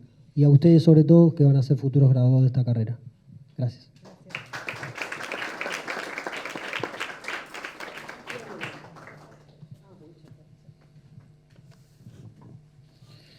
Bueno, buenas tardes. Voy a tratar de ser breve, pero bueno, a veces funciona, a veces no. Pero no sin antes remarcar y luego del agradecimiento correspondiente, que me parece que es una gran escena, por ahí no está del todo claro, pero tenemos un montón de graduados de la carrera en un extremo de la sala, un montón de estudiantes, algunos se tuvieron que ir, digamos, pero es una escena muy interesante generada por la carrera, donde hay un montón de compañeros y compañeras que hicieron su trayectoria, que hoy se están desempeñando profesionalmente, que vuelven para acompañar a la creación de este diálogo durante toda una semana, ¿no? Entre estudiantes graduados, otros graduados, otros estudiantes, con lo cual me parece que hay que rescatar eso porque es único. En el sentido, digo, único, lo van a volver a vivir, si es la primera vez que lo viven, lo van a volver a vivir seguramente el año que viene, pero quiero decir, esas instancias, aunque se nos escapen un montón de cosas, hay un montón de cosas que no entendemos de las que dijeron, seguro hablamos muy rápido, seguro utilizamos palabras que por ahí no se entendieron y demás, pero siempre queda un montón de cosas rebotando y me parece, por lo menos yo, que no tengo intenciones esta tarde de hablar de mi historia personal, pero sí recuerdo con mucho cariño muchas instancias que me pasaron en Marcelo de Alvear a principios de los 90, donde hablaba un montón de gente que había hecho ya ese tránsito, que en mi caso iniciaba recién y que no entendía la mitad de las cosas que decían, pero con las que entendía me quedaron por ahí dando vueltas. Trataré de tomar la propuesta, algunas de las preguntas que hizo Dolores, para llevar un poco hacia el final a lo mismo que planteaba Martín y que es una preocupación de todos nosotros hoy, que es cómo llegamos acá, ¿no? Cómo llegamos a un intento de asesinato, cómo llegamos a un debate público tan descompuesto, por decirlo de alguna manera. Y bueno, hablaré un poco más desde un lugar político, no tanto como adjunto de derecho a la información, así que, por favor, las licencias del caso. Digo, la comunicación como territorio político nos pone ante el riesgo, un riesgo permanente, y que aunque parezca banal lo que voy a decir, estamos siempre con eso arriba de la mesa, que es que se suele plantear que todo es político. Todo es política, todo es político. Bueno, si todo es político, nada es político, lo cual nos obliga a tratar de ir haciendo algunas definiciones. En esas definiciones se abren un montón de variantes, como cola de pavo real, pero es necesario ir abriendo y tratar de ir afilando las definiciones. En el caso de la comunicación y la política, un montón de cruces. se habló de comunicación política, tenemos políticas de comunicación, a la cual muchos de nosotros nos dedicamos desde hace muchos años. Tenemos el modo en que la política incide en la comunicación, y hablaba bastante sobre eso Meli. Tenemos la política universitaria en las carreras de comunicación, de lo cual podríamos hablar horas, pero hoy, por suerte, vamos a pasar de ahí. Pero digo, los cruces entre la política y la comunicación, o entre la comunicación y la política, son muchísimos. Nosotros no nos cansamos de decir, y lo hemos hecho en otros lados, como la diplomatura de comunicación política, algo que planteaba recién Martín. Hoy por hoy la política no se puede pensar, nunca se pudo pensar sin la comunicación, pero hoy está como ya bastante más profesionalizado e institucionalizado, que la campaña política se piensa con la comunicación desde el vamos. ¿Cuál es el objeto? Esto, digo, también abre un montón, un ramillete de opciones.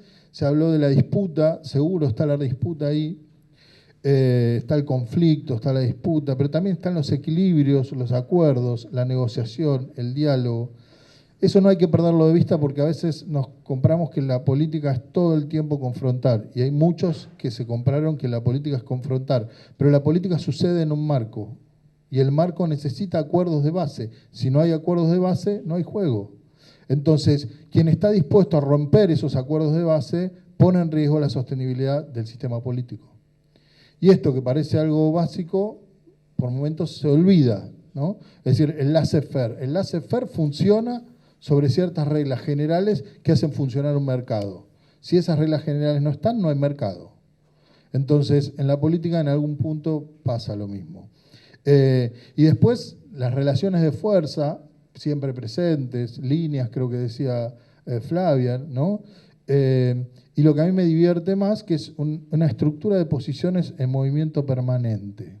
La política es un montón de posiciones que no están siempre en el mismo lugar, que se mueven permanentemente por una multitud de factores. Y eso hace que sea una dinámica siempre en movimiento, y eso hace que sea tan interesante. Y bueno, después tenemos tipos diferentes de política, ¿no? Digo, podríamos ir ajustando política. Se habló de política científica, de política académica, de política regulatoria. Me explayo un poquito sobre lo que decíamos al principio, el discurso político, la práctica política y el debate público. Ahí me interesa destacar un par de cuestiones. En principio, que por momentos se nos pasan de vista, y particularmente como comunicadores y comunicadoras creo que tenemos que volver a darle relevancia. Uno de esos es el lugar de enunciador, el lugar de enunciación, para decirlo de modo más correcto. No es lo mismo si hablamos desde un lugar de enunciación como academia, como fuerza política, como ciudadanos o ciudadanas, como organización social, y para qué enunciatario, para qué público, para qué audiencia estamos hablando. Y ese lugar de enunciación, porque es importante, y nos lo enseñó la semiótica hace muchísimo tiempo, y a ustedes se los deben estar enseñando o lo deben estar viendo en estos tiempos, que es que la misma persona puede tener diferentes lugares de enunciación. El lugar de enunciación no es una persona. Y eso, que parece algo bastante básico para los comunicadores y comunicadoras que lo vemos en primero o en segundo año de semiótica, no es tan sencillo. Y cuando uno trabaja, por ejemplo, con dirigencias políticas, hay que explicar una y otra vez que el lugar de enunciación no es el lugar del enunciador concreto, material, sino que es un lugar que se construye y que construye destinatarios de ese mensaje. Y en ese sentido, digamos, vinculado a ese lugar de enunciación, viene atada una responsabilidad política por lo que se dice, que no es la responsabilidad ulterior de la que hablamos en Derecho a la Información, ¿sí? Hoy, en este momento, no soy el profe de Derecho. Digo, es la responsabilidad política en tanto ciudadanas o sujetos políticos, ciudadanos o sujetos políticos, de lo que decimos, ¿sí?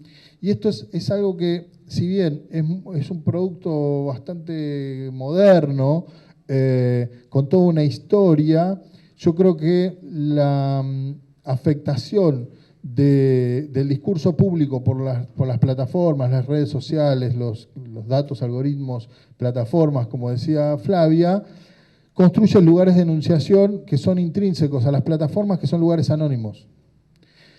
Y eso que para nosotros ya está como integrado, es decir, bueno, sí, hay gente que es Flor 1, 2, 3, 4, no sé qué, digo,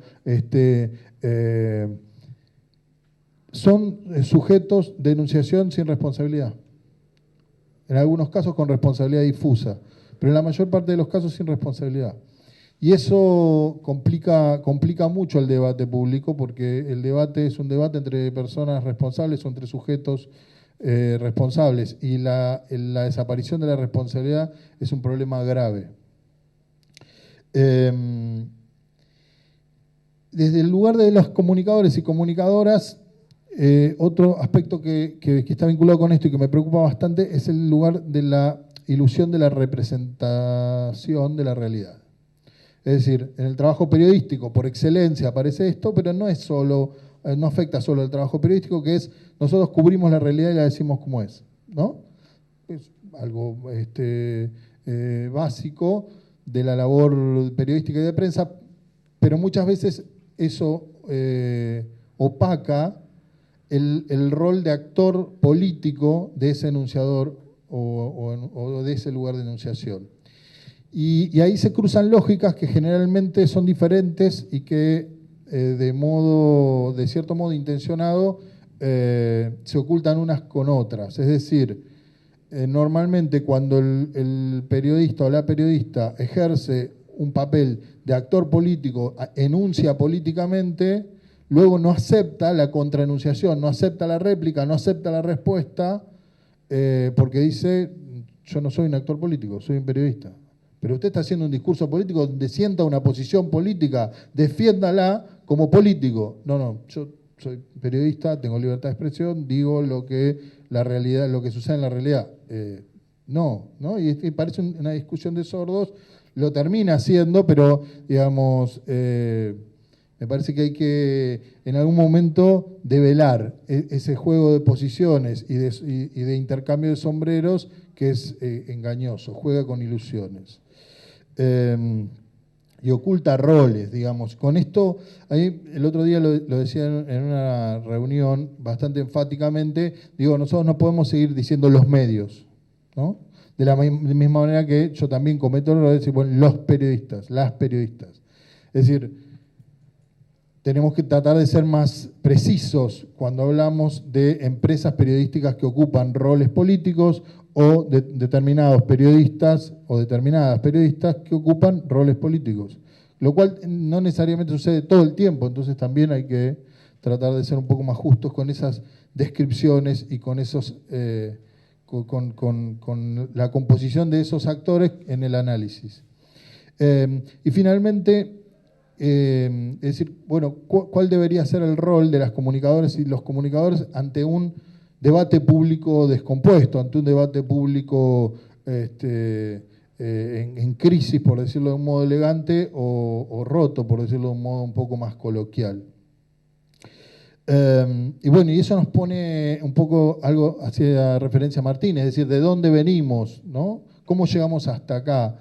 Digo, creo que venimos en un proceso de naturalización de violencia política, a la cual se ha denominado en los últimos días discurso de odio, pero que el profesor Loretti ya ha explicado en la clase anterior que no se trata de discurso de odio, pero sí que hay un discurso de violencia política que se ha ido naturalizando progresivamente, que los distintos actores políticos no han dado, o por lo menos no han tenido gestos de reacción frente a ese discurso violento, progresivo, y que entonces, al no haber sonado las alarmas tempranamente, lo que va sucediendo es que la violencia va escalando y va siendo cada vez más grave.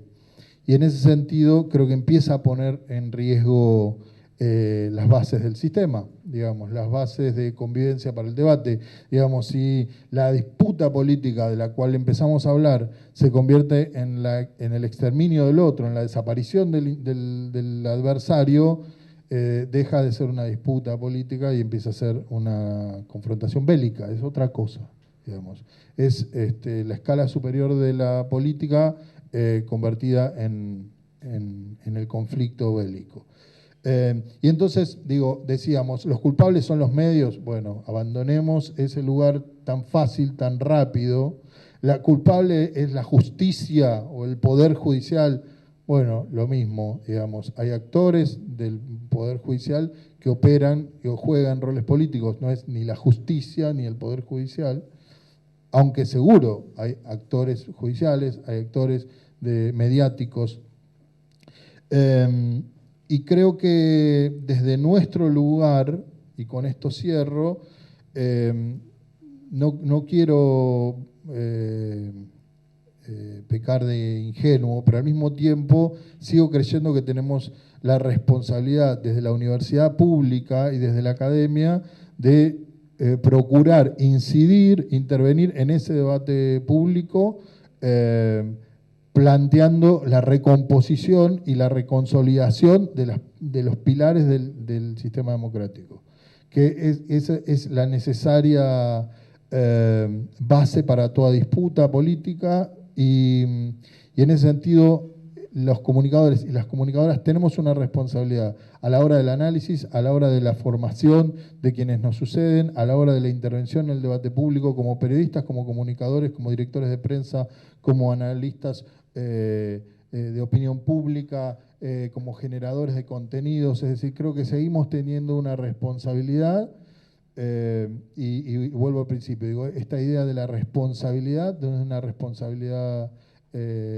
política en el mejor de los sentidos, de una responsabilidad ciudadana, de compromiso con la democracia. Suena un poco ingenuo, sí, pero sigo creyendo que ese es el lugar que nos toca y bueno, quedará mucho por hacer. Muchas gracias.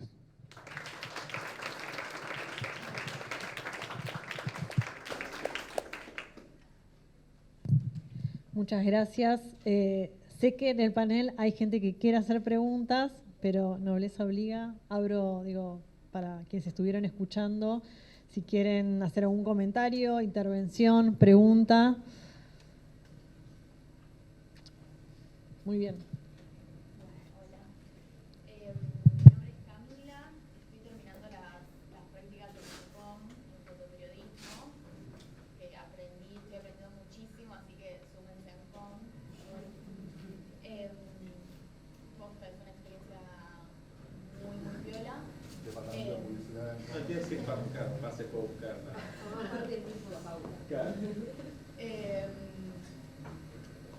Bueno, no, y escuchaba a Meli que contaba esto de cómo las lógicas de los títulos simples, las palabras claves del Google Trends, se meten un poco con la línea editorial de los medios hoy en día. Y pensaba como qué suerte que la foto no tiene palabras, ¿no? Y que quizás esas lógicas todavía no están operando en la imagen, pero entiendo que sí, que no puede ser de esa manera. Entonces me preguntaba, bueno, Jair contaba esto de que sí, de que Instagram censura pezones feminizados. Me preguntaba si en el ámbito del periodismo, igual esta pregunta se la voy a hacer mañana mejor en Mancom, obviamente, pero la traigo acá también, si se están reconociendo ese tipo de lógicas también, como desde el sistema DAP que contaba Flavia, en la imagen, en la foto, en los portales periodísticos.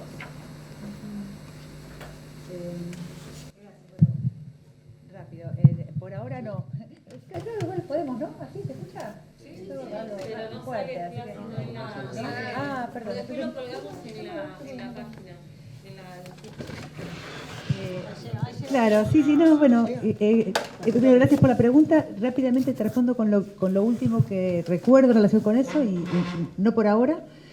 Hace poco, ahora, de hecho, igual estoy todavía buscando, pero estuve más intensamente porque ya algunas respuestas tengo acá en Argentina. Un especialista argentino justamente en trabajo algorítmico con imágenes para un grupo de Chile que me convocó, que ellos tienen un archivo, una base de datos muy grande de la protesta en el 19 y estaban queriendo hacer reconocimiento de imagen, ¿viste?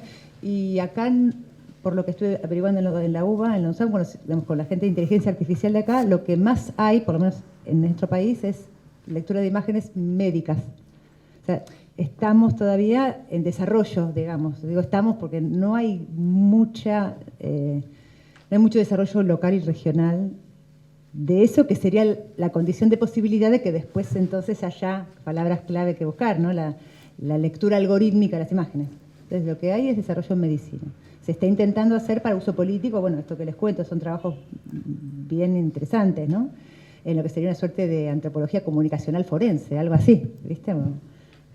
Es muy interesante, pero recién se está intentando ver cómo llegar a eso. Sí hay en otras partes del mundo trabajos de algoritmos para identificar, por ejemplo, en territorio, un grupo en Francia y en Inglaterra que trabaja con gente que de derechos humanos en Siria, tratando de identificar con imágenes espacios donde pueda haber desde minas antipersonales hasta escombros donde haya habido cosas que se están ocultando. Entonces, bueno, ahí empieza a haber, pero trabajos muy puntuales, ¿no? Todavía no. Está todo eso abriéndose.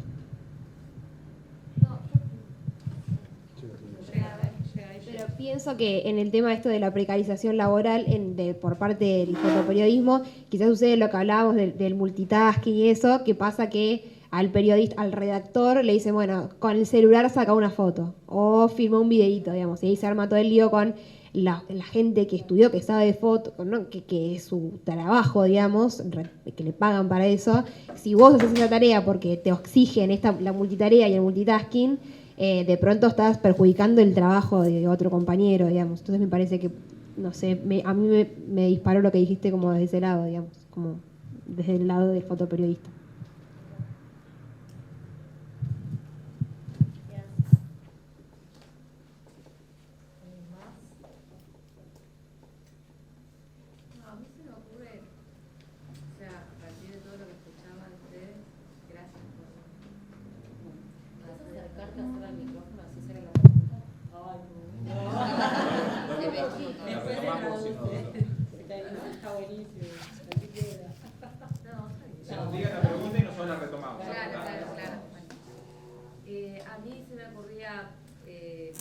Dentro de todas las luchas que hay dos cosas que quería apuntar. Una era él, que también tiene que ver con lo mismo, que es sobre la protección de este trabajo que tiene una formación detrás.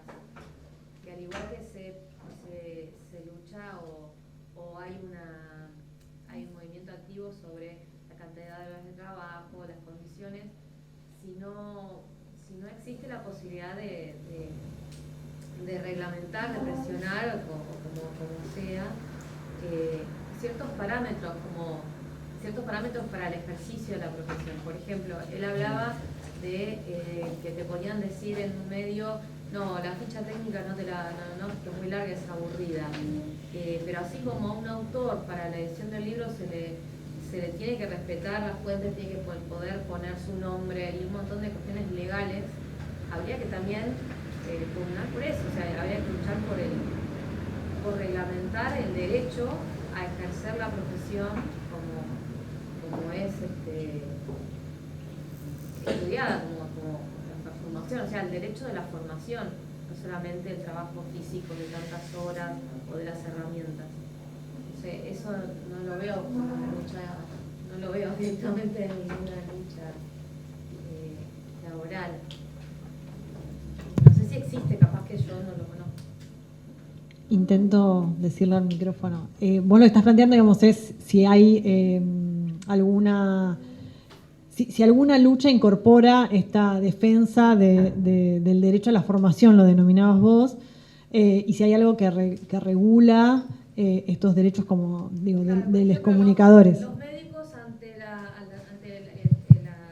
el aborto, una área decía, bueno, tenemos el derecho a la derecho de conciencia, yo no quiero hacer el aborto si me toca.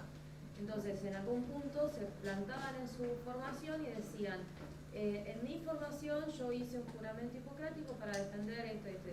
Y amparados en eso, nada, se oponen a hacer determinada cosa.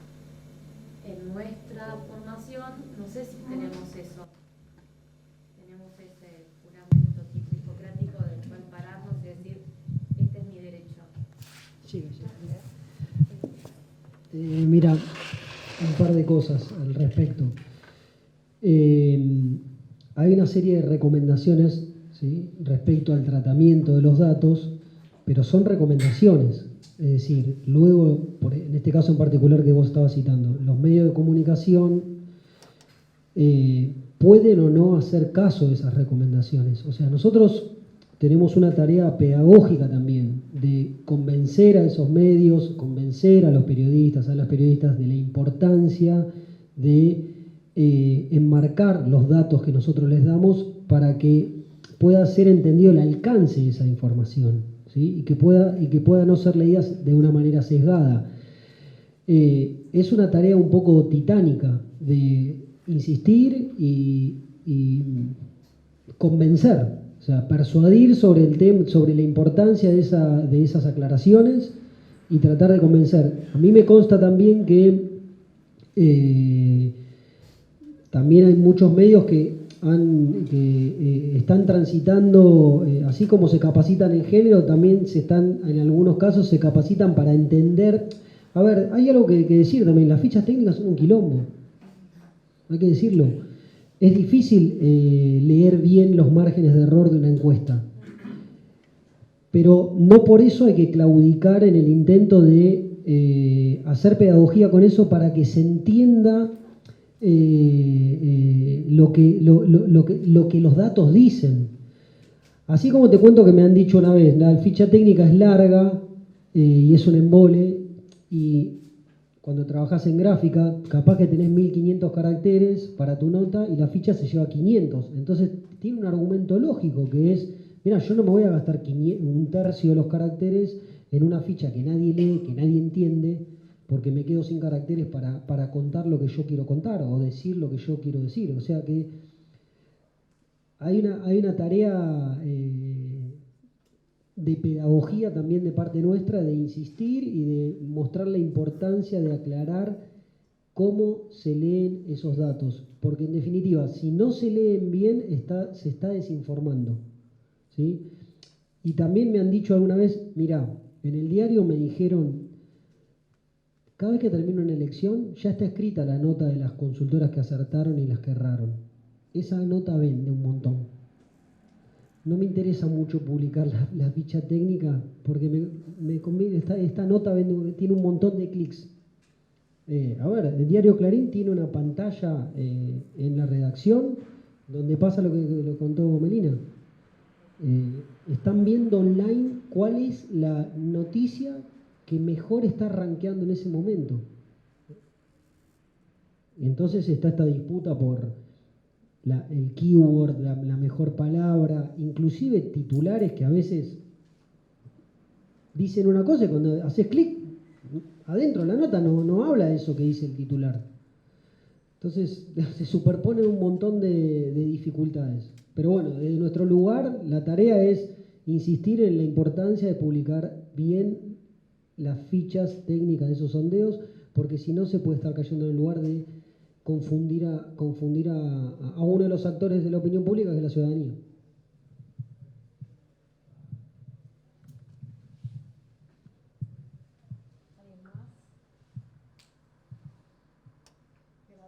Quería decir, la platea de graduados, totalmente callada. Claro, los estudiantes vienen bien, 2-0 vienen por lo menos. De allá. Yo puedo plantear una pregunta que me surgió. Yo creo que vos sí. Si vos podés pasar.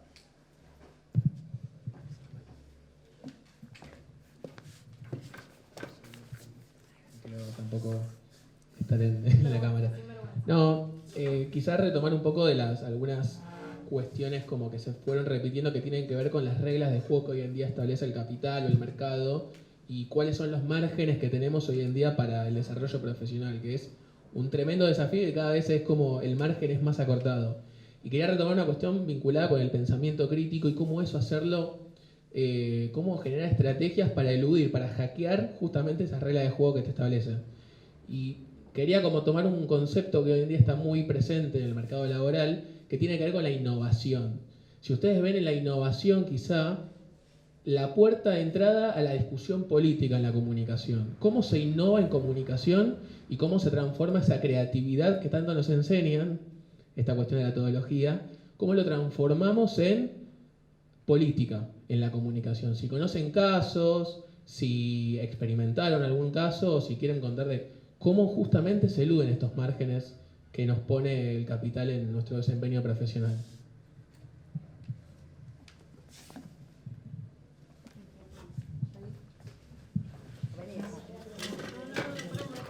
Llegamos.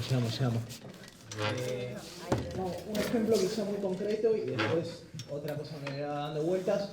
Nosotros hace poco lanzamos una iniciativa que estaba buena, por lo menos innovadora, que era el mapa de la policía, que lo lanzamos junto con el CELS, el despacho de Ofelia, la revista Crisis y la Asociación contra la Violencia Institucional, que lo que buscaba era como mezclar un poco el periodismo de investigación con la labor legislativa, con un tipo de mapeo sobre los hechos de violencia institucional de la policía de la ciudad de Buenos Aires.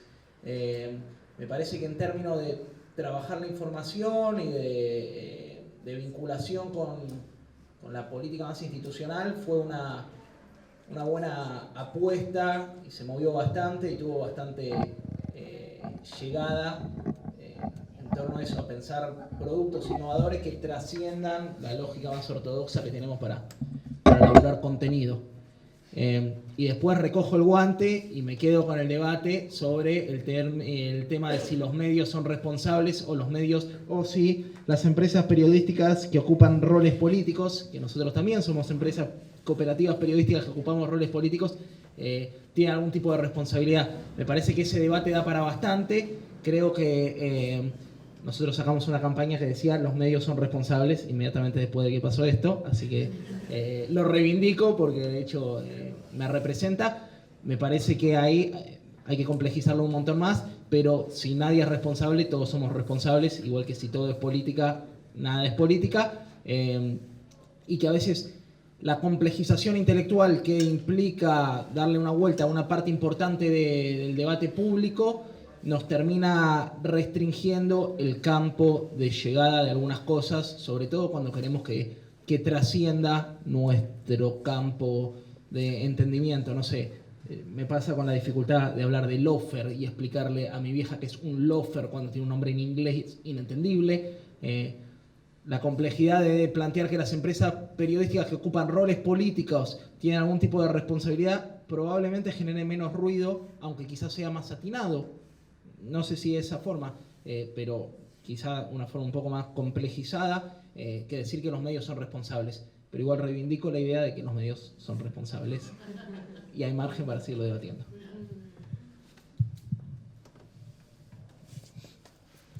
Creo que ya estamos para cerrar. No sé vos, Julito, si querés decir algo. Estamos bien. Bien. Bueno, yo simplemente algunas ideas que fui anotando y comparto muy brevemente, títulos. Se habló mucho, sobre todo los tres primeros, sobre las plataformas. Me parece que la tarea de politizar las plataformas y poder trabajar ese concepto en los distintos ámbitos de desempeño laboral, de estudio, me parece que es interesante para traerlo. Y después, un poco esto que traía Diego de Charras en la última parte de su exposición respecto de poder mantener esas bases democráticas, ¿no? Poder establecer los acuerdos para mantener las bases democráticas, sobre todo en esta coyuntura, que permita poner todo el conflicto en el marco de esa escena democrática. Yo creo que el desafío está en poder llevar ese conflicto dentro de ese ámbito, de esos ámbitos, entender, poner sobre la mesa la disputa, poner sobre la mesa los diferentes intereses, pero lograr acuerdos respecto del marco, del contexto, de los límites, sobre todo, pero sin perder de vista la especificidad de los intereses. Me parece que eso es el desafío, y que también lo podemos llevar a otros campos, ¿no? Cuando hablaba Flavia de la disputa dentro del sistema científico-tecnológico respecto del campo de la comunicación, creo que también por ahí se puede trabajar de ese modo, y lo vinculaba con la idea de la innovación que traía Axel. Quizás puede ser innovador hoy poder mirarse de frente, retomar los espacios colectivos para volver al debate de ideas, para ponerlas en común, para disputar, llevar el conflicto arriba de la mesa y mantener el acuerdo del marco, de los límites. Creo que ahí como comunicadores tenemos una interesante tarea para llevar a todos nuestros ámbitos. Nada más, muchas gracias a todos. Gracias por acercarse y a Damián por el espacio.